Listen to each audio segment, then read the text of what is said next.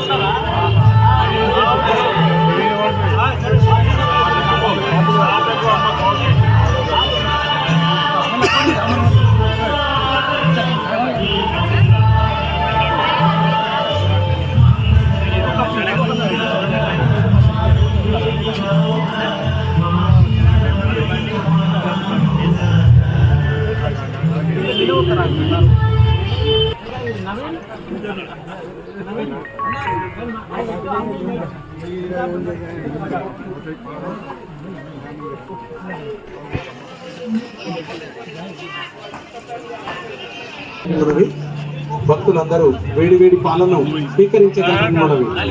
భక్తులందరికీ మనవి. ఓం నమో నారాయణాయ. భక్తులందరికీ మనవి. భక్తులందరూ వేడి వేడి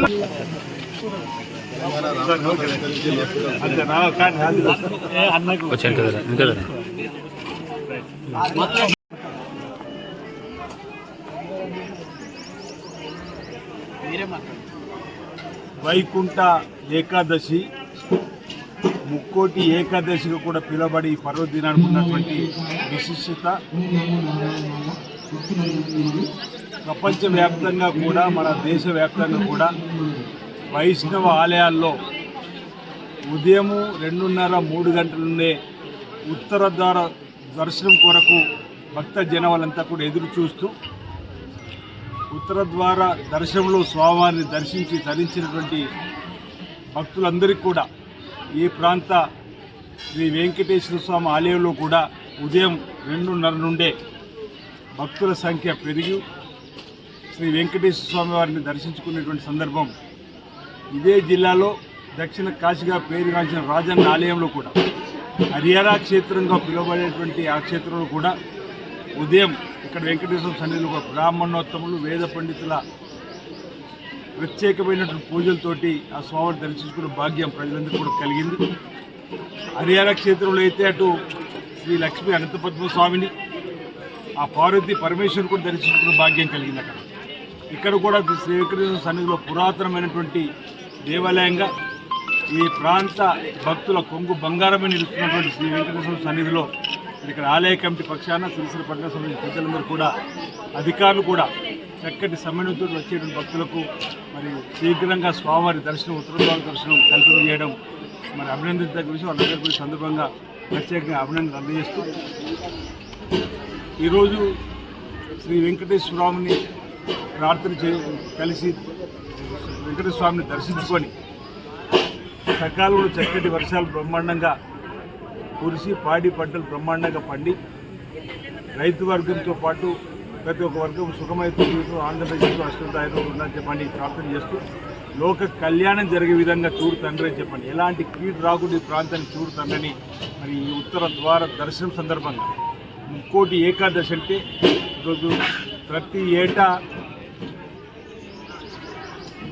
అధిక మాసంతో కలుపుకుంటే ప్రతి నెల 2 ఏకాదశులు వచ్చేటువంటిది 24, అధిక మాసంలో 2 కలుపుకుంటే 26 ఏకాదశులు. ఆ ఏకాదశి సందర్భంగా ఉపవాసం ఉండి స్వామివారికి ప్రీతిపాత్రమైనటువంటి రోజుగా భావించేటువంటి అలాంటిది ముక్కోటి ఏకాదశి ఈరోజు ధనుసు రాశిలో